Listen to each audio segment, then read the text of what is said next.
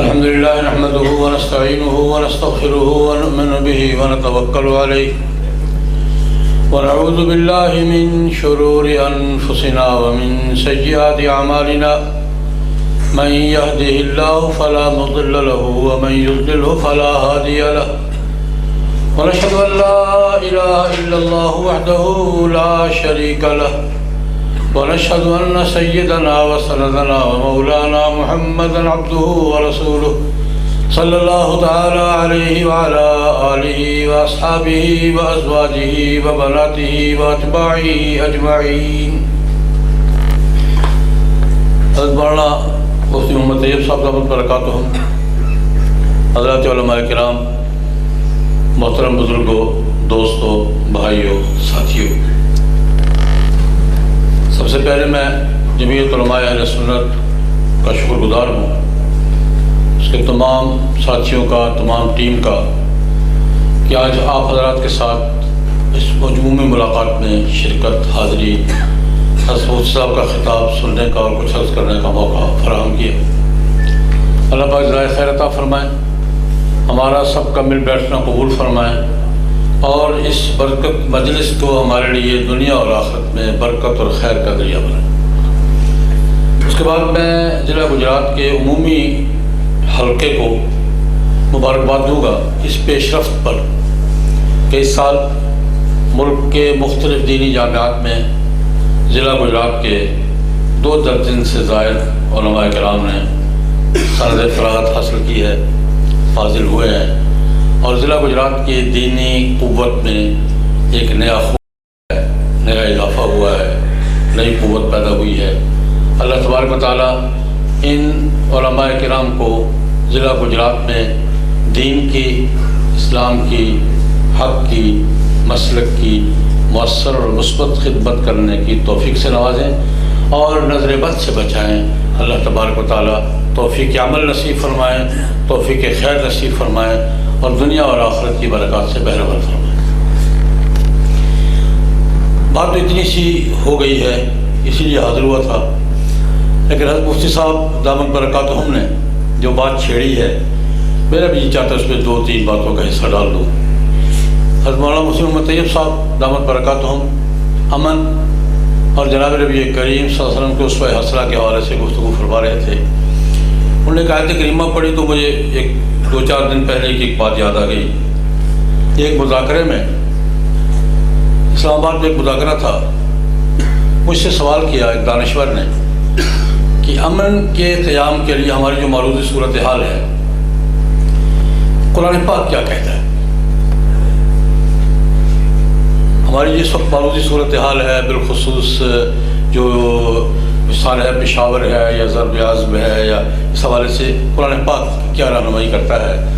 تو اتفاق سے میرے ذہن میں بھی وہی آیت آئی جو حضرت مفتی صاحب نے پڑھی ہے. اللہ پاک فرماتے ہیں وَأَلَّفَ بَيْنَ قُلُوبِهِمْ لَوْ أَنفَقْتَ مَا فِي الْأَرْضِ جَمِيعًا مَا أَلَّفْتَ بَيْنَ قُلُوبِهِمْ وَلَكِنَّ اللَّهَ أَلَّفَ بَيْنَهُمْ. اللہ تبارک و تعالیٰ ایک بات سمجھا رہے ہیں ہمیں، امن پیسوں سے نہیں آئے گا بھائی. لو انفقت ما فی الارض جميعا ما الفت بین قلوبہم، پوری روئے زمین کے خزانے خرچ کر ڈالو گے، خزانوں کی وجہ سے امن نہیں ہے. اور یہ اللہ پاک کس کو کہہ رہے ہیں؟ مجھے نہیں کہہ رہے. یہ بات کہ اگر روئے زمین کے خزانے آپ خرچ کر دیں تو آپ دلوں کی قدورتیں دور نہیں کر سکتے اور امن قائم نہیں کر سکتے، یہ اللہ پاک کس سے کہہ رہے ہیں؟ علماء کرام بیٹھے ہیں. لو انفقت ما فی الارض جميعا ما الفت بین قلوبہم ولکن اللہ الف بینہم. میں نے کہا حضرات آپ کو مغالطہ ہے، آج کے بہت سے اعلیٰ حلقوں میں یہ مغالطہ ہے کہ غربت کی وجہ سے یہ بدامنی ہے، پیسے خرچ کریں گے تو امن قائم ہو جائے گا، ترقیاتی منصوبے بنائیں گے تو یہ ہو جائے گا، وہ ہو جائے گا. کا نہیں، قرآن پاک کہتا نہیں، امن قائم ہوگا اللہ کے ساتھ جڑنے سے. وَلَٰكِنَّ اللَّهَ أَلَّفَ بَيْنَهُمْ، زمین کے خزانے خرچ کرنے سے امن نہیں ہوگا. امن کس سے ہوگا؟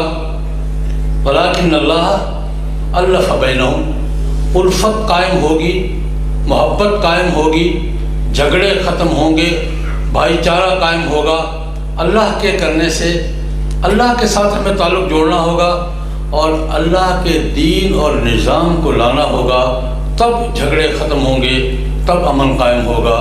قرآن پاک تو ہماری رہنمائی یہ کر رہا ہے کہ خزانوں سے اور دولت سے اور پیسوں سے نہیں، امن کیسے قائم ہوگا؟ اللہ کا راستہ اختیار کرنے سے، اللہ کی طرف رجوع کرنے سے اور اللہ کا نظام قائم کرنے سے امن قائم ہوگا۔ آج ہمارے ملک میں امن کے قیام کا یہی فارمولہ ہے کہ جتنی جلدی اس ملک میں قرآن و سنت کا قانون نافذ کریں گے، جتنا اللہ رسول کی مرضی کا ملک کی سوسائٹی میں اور عمل میں اضافہ ہوگا، اتنا ہی امن کی منزل قریب آئے گی۔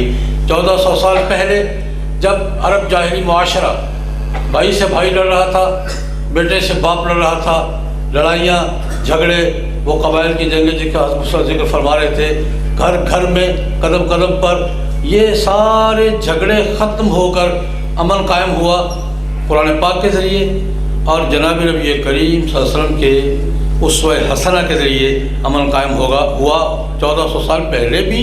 آج ہماری وہی صورتحال ہے جو حضور کی بعثت کے وقت عرب جاہلی معاشرے کی صورتحال تھی، خانہ جنگی میں، قتل و قتال میں، آج وہی صورتحال ہے اور وہی حل کام دے گا جو اس وقت اللہ کے رسول نے پیش کیا تھا۔ اور ایک بات کی طرف اور توجہ دلا کر میں ایک اور بات عرض کرنا چاہ رہا ہوں۔ جناب نبی کریم صلی اللہ علیہ وسلم نے حجۃ الوداع میں بہت سی باتیں فرمائی تھی، لیکن آج کے حالات کے تناظر میں ایک جملہ ضرور عرض کرنا چاہوں گا۔ رسول اللہ صلی اللہ علیہ وسلم نے فرمایا تھا، لا ترجعوا بعدی ضلالا یضرب بعضکم رقاب بعض۔ ایک روایت میں کفارن کا لفظ بھی ہے، لا ترجعوا بعدی کفارا یضرب بعضکم رقاب بعض۔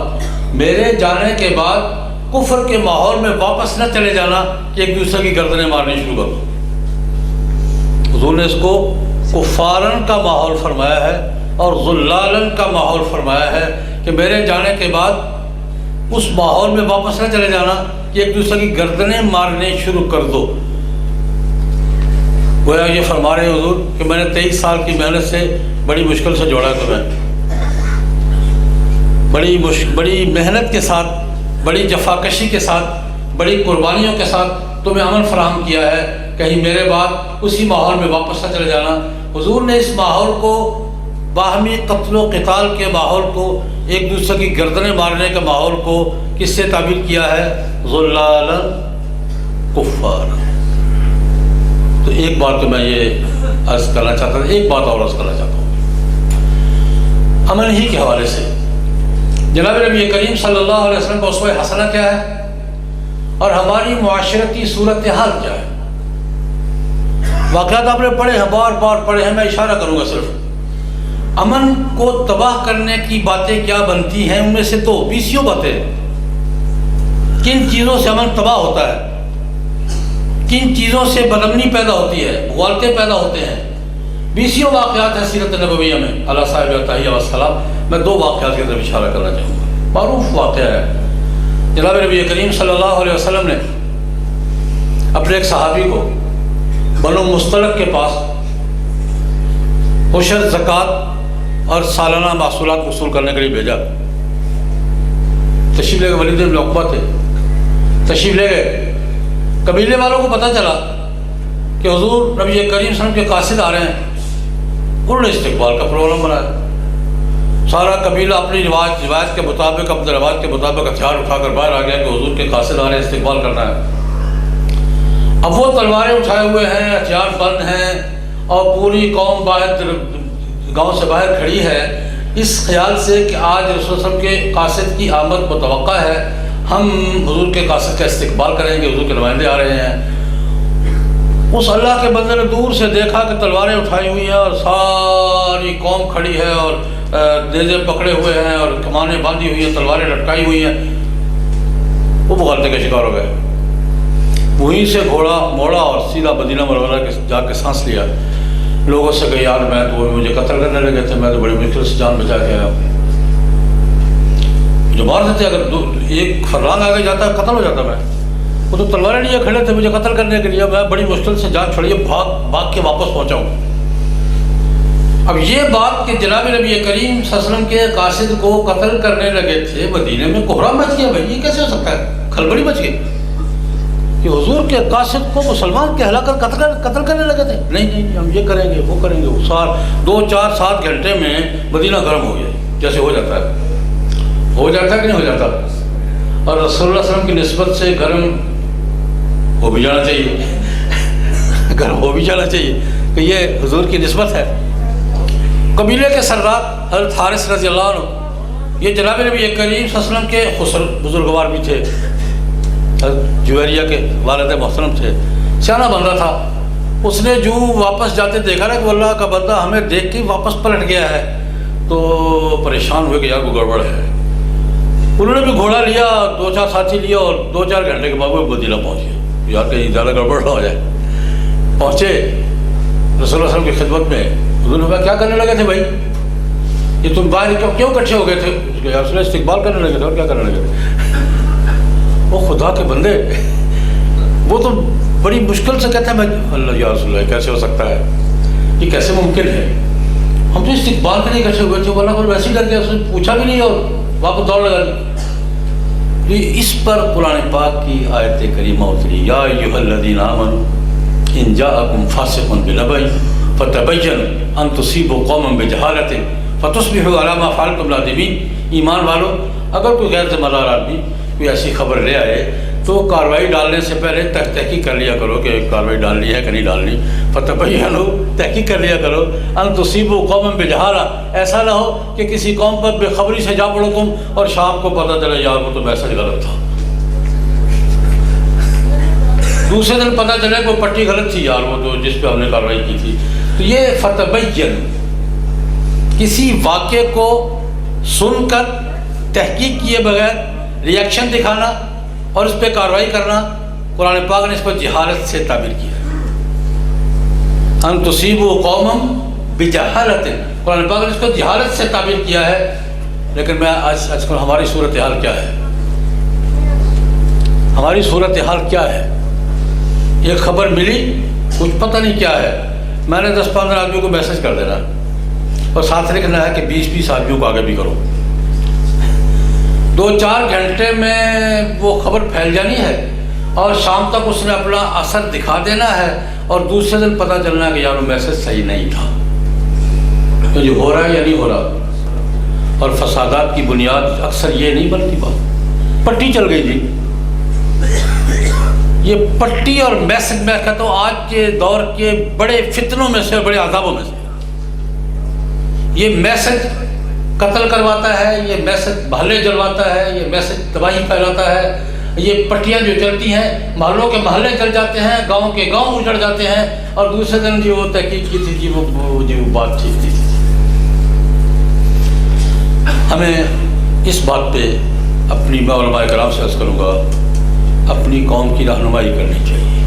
اور ویسے بھی جناب نبی کریم صلی اللہ علیہ وسلم کا ارشاد گرامی ہے، حضور نے فرمایا کفا بالمرء کذبا بان یحدث کل ما سمع، او کما قال صلی اللہ علیہ وسلم. سنی سنائی بات کو تحقیق کے بغیر آگے چلا دینا کسی آدمی کے جھوٹا ہونے کے لیے اتنی بات کافی ہے کہ وہ بات سنے، تحقیق کیے بغیر آگے میسج کر دے یا آگے پٹی چلا دے. ایک یہ بات ہے.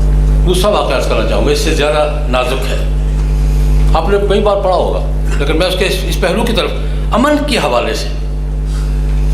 اگر قرآن پاک کی آیت اتری وہ حارث تشریف نہ لے آتے تو پتہ نہیں کیا ہو جاتا. وہ تو حارث سمجھدار آدمی تھے، خود آگے یا کہ کہیں گڑبڑ نہ ہو جائے. اگر حارث شام تک یا دوسرے دن تک نہ آتے تو مدینہ منورہ کی کیفیت کیا ہوتی؟ بخاری ہی کی روایت ہے، جناب نبی کریم صلی اللہ علیہ وسلم پر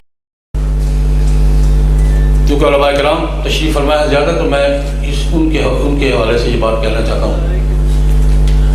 حضور پر کچھ اثرات ہو گئے، پریشانی محسوس ہونے لگی تو حضور پریشان لگے، یا اللہ بے شک کیا ہو رہا ہے، کچھ اثرات محسوس ہو رہے ہیں، کیا ہو رہا ہے. ایک دن ام المومنین سیدہ عائشہ رضی اللہ عنہ سے کہا کہ عائشہ مجھے اللہ پاک نے وہ جو میرے ساتھ جو بات ہو رہی ہے مجھے اللہ نے بتا دی ہے، خواب کے ذریعے، فرشتوں کے ذریعے اللہ پاک نے بتا دی ہے کہ آپ پہ جادو ہوا ہے، لبید ابن عاصم یہودی نے جادو کیا ہے، کنگھی ہے، بالوں کا گچھا ہے، بیرزی اروان میں وہ دبایا گیا ہے، وہ یہ سارا قصہ بتا دیا۔ میں تفصیلات میں نہیں جا رہا، آپ کو معلوم ہے بات ہے۔ صبح حضور تشریف لے گئے 3-4 ساتھی لے کر، دیکھا وہ کنگھی بھی پکڑی گئی، بالوں کا گچھا بھی پکڑا گیا، مجرم تو پہلے نامزد ہو گیا تھا، لبید ابن عاصم ہے، لیکن حضور وہ دیکھا کنویں کا پانی بھی رنگ بھی بدلا ہوا ہے اور وہ ساری کیفیات پکڑی گئی موقع پر۔ رسول صلی اللہ علیہ وسلم نے وہ وہیں دبایا کسی گڑھے میں، واپس آ گئے۔ جو بات میرے اور آپ کے سوچنے کی ہے، ام المومنین حضرت عائشہ رضی اللہ تعالیٰ عنہ نے پوچھا یا رسول اللہ آپ گئے تھے جی کیا ہوا؟ کنگھی بھی پکڑی گئی، بال بھی پکڑے گئے اور وہاں یہ صورتحال تھی، یا رسول اللہ کیا کیا، کنگھی کدھر ہے، بال کدھر ہے؟ اب آپ وہیں گڑھا کھود کے دبایا۔ حضرت عائشہ نے پوچھا هل لن تشرته، یا رسول اللہ وہ کنگھی اور بال وہاں دبا کر کیوں آئے ہیں، اس کو نشر کیوں نہیں کیا، پٹی کیوں نہیں چلائی، اس کا میسج کیوں نہیں کیا؟ هل لن تشرته، حضرت عائشہ نے سوال کیا، یا رسول اللہ وہیں دبا کے آ گئے، آپ بتا لوگوں کو بتائیں نہ کر دکھائیں کنگھی، تو بال دکھائیں لوگوں کو کہ یہ کاروائی فلاں شخص کرنے والا تھا۔ حضور نے کیا جواب دیا؟ صورت نوعیت یہ ہے، جرم ثابت ہو گیا ہے، مجرم متعین ہو گیا ہے، اعلیٰ واردات پکڑا گیا ہے، موقع پر تفتیش مکمل ہو گئی ہے، سارے کام مکمل ہو گئے، کوئی ابہام باقی نہیں ہے۔ اور ام المومنین پوچھتے یا رسول اللہ ہل نشرتہ، یا رسول اللہ نے نشر کیوں نہیں کیا، لوگوں کو بتایا کیوں نہیں؟ کیا خوبصورت جواب دیا، عائشہ اللہ پاک نے مجھے بچا لیا ہے، محفوظ رکھا ہے، تو میں لوگوں میں شر کیوں پھیلاؤں؟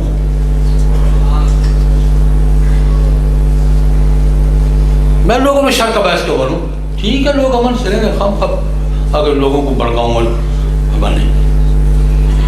میں یہ کرنا چاہیے، یہ بھی سنت رسول ہے،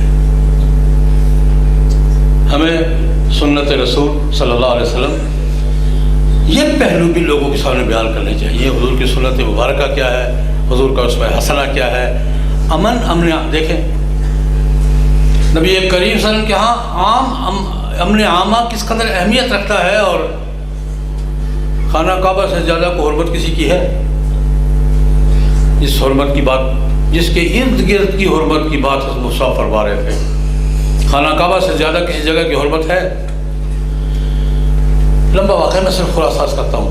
جناب نبی کریم صلی اللہ علیہ وسلم نے حضرت عائشہ سے کہا، عائشہ یہ میرے قریشیوں نے جو تعمیر کیا تھا نا، ابراہیمی بنیادیں بدل دی تھی، دروازے 2 کی وجہ 1 کر دیا تھا، اور حتیم باہر نکل گیا تھا، اور کرسی دروازے کی اونچی کر دی تھی، یہ ابراہیمی بنیادیں نہیں ہیں، آج بھی نہیں ہیں۔ میرا جی چاہتا ہے کہ اس کو گرا کر ابراہیمی بنیادوں پر دوبارہ تعمیر کر دوں، لیکن کیوں نہیں کر رہا؟ بیت اللہ ابراہیمی بنیادوں پر نہیں ہے، میرا جی چاہتا ہے کہ اس کو ابراہیمی بنیادوں پر لے جاؤں، لیکن نہیں کر رہا۔ شاید تیری نئی مسلمان ہونے والی قوم کو یہ بات اچھی نہ لگے، یہی فرمایا نا، نئے مسلمان ہوئے ہیں، محسوس نہ کر لیں، نہیں کیا۔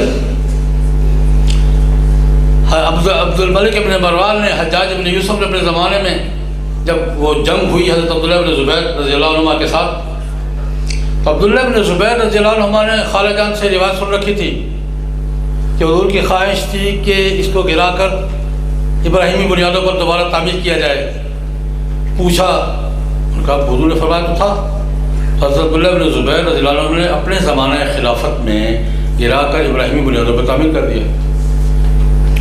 اگر دور آیا، عبداللہ بن زبیر شہید ہو گئے، عبدالملک ابن مروان آ گیا، حجاج نے اس کی ساز باز کی، تو انہوں نے وہ گرا کر پھر قریش کی بنیادوں پر لے گئے۔ اب وہی چل رہا ہے ابھی تک۔ عباسیوں نے میرا خیال کیا، میں نزاکت بتا رہا ہوں، امن عامہ کی نزاکت لوگوں کی ہم آہنگی اور فکری یکجہتی، اس کی نزاکت حضور کے ہاں اور ہمارے متقدمین کے ہاں کیا رہی ہے؟ عباسیوں نے خیال کیا کہ یار حضور کی خواہش بھی تھی، حضرت عبداللہ بن زبیر نے دوبارہ ابراہیمی بنیادوں پر بنا بھی دیا تھا، تو یہ خواہ جاج نے شرارت کی اور اس کو تبدیل کر دیا، تو ہم پھر دوبارہ اس کو گرا کر ابراہیمی بنیادوں پر لے جاتے ہیں۔ ابراہیمی بنیادیں اور رسول اللہ صلی اللہ علیہ وسلم کی خواہش، اس سے زیادہ تقدس کسی بات میں ہے؟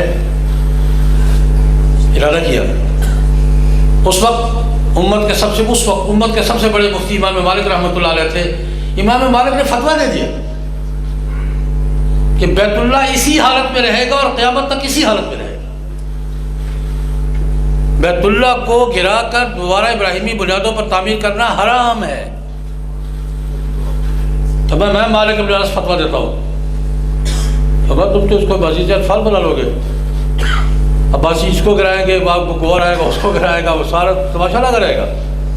میں یہ عرض کرنا چاہتا ہوں کہ جناب حضرت مفتی صاحب نے امن کی بات چھیڑی تھی، امن کے حوالے سے جناب نبی کریم صلی اللہ علیہ وسلم کا اسوہ حسنہ کیا ہے، ایک بات کیا کہ بات ختم کرتا ہوں۔ دیکھیے جناب نبی کریم صلی اللہ علیہ وسلم کو ہمیں تو آج بہت کچھ نظر آتا ہے نا، اس کو بھی مار دینا چاہیے، اس کو بھی مار دینا چاہیے، اس کو بھی مار دینا چاہیے۔ جن منافقین کی بات ہو رہی تھی، عبداللہ بن ابی کا ذکر کیا تھا مفتی صاحب رحمۃ اللہ برکاتہ نے، وہ منافقین وہ تھے جن کے کافر ہونے کا اعلان قرآن نے کیا۔ جن کے کافر ہونے کا اعلان کس نے کیا ہے؟ قرآن نے کیا۔ وَمِنَ النَّاسِ مَن يَقُولُ آمَنَّا بِاللَّهِ وَبِالْيَوْمِ الْآخِرِ وَمَا هُمْ بِمُؤْمِنِينَ، جن کے کفر کا اعلان قرآن پاک کر رہا ہے کہ مومن نہیں ہے یہ۔ علماء کرام سے عرض کرنا چاہتا ہوں ان منافقین کے خلاف جناب نبی کریم صلی اللہ علیہ وسلم نے مدینہ منورہ کی 10 سالہ زندگی میں عملی طور پہ کیا ایکشن لیا؟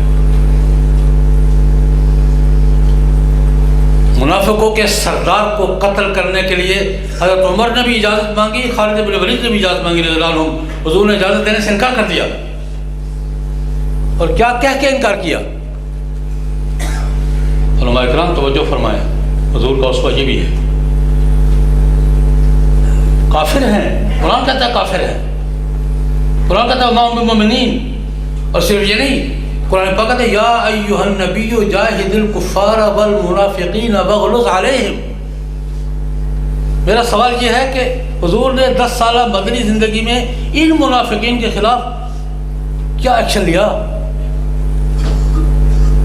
احد کے موقع پر 300 تھے، حضور کے وصال سے پہلے 14 رہ گئے تھے، ان کے نام بتانے کی اجازت نہیں دی حضرت حذیفہ کو۔ حضرت حذیفہ کو نام بتائے اور اجازت نہیں دی، فرمایا کسی کو نام نہیں بتانے۔ رئیس المنافقین کو قتل کرنے کی اجازت حضرت عمر نے کئی بار مانگی، حضرت خالد بن ولید نے مانگی رضی اللہ تعالیٰ عنہ ہمارے، انہوں نے کہا نہیں۔ کیا کہا؟ لوگ کہیں گے کہ یہ تو کلمہ گو کو بھی قتل کرتے، تو یہی بات ہے نا، دنیا کہے گی کہ یہ تو اپنے کلمہ گوؤں کو بھی نہیں معاف نہیں، ان کو بھی قتل کر دیتے ہیں۔ آج امن عامہ کے حوالے سے اور دنیا میں اسلام کے پیغام اور اسلام کی صحیح تصویر کے حوالے سے میں نے یہ 2 باتیں عرض کی ہیں۔ مجھے بھی اور آپ کو بھی سوچنا ہے آج کے حالات کا تقاضا کیا ہے، آج اسلام کی دعوت کا اور پیغام کا تقاضا کیا ہے، اور ملک کے امن عامہ کا تقاضا کیا ہے۔ ہمیں یہ باتیں خود بھی سوچنی چاہیے اور قوم کی رہنمائی بھی کرنی چاہیے، تاکہ ہم ملک میں ایک طرف قرآن و سنت کے نظام کی عملداری کو یقینی بنا سکیں اور دوسری طرف ملک کے امن کے قیام، ملک کے استحکام، قومی وحدت اور قومی وحدت کو پارا کرنے والی بیرونی طاقتوں کی سازشوں کو سامنے رکھتے ہوئے اپنے ملک کی سالمیت کا تحفظ کر سکیں۔ ایک بار پھر علماء کرام کو مبارکباد دیتے ہوئے اور جمعیت علماء اہل سنت کا شکریہ ادا کرتے ہوئے اجازت چاہتا ہوں۔ وآخر دعوانا الحمدللہ رب العالمین۔ Message TV. This is your channel. This is your channel.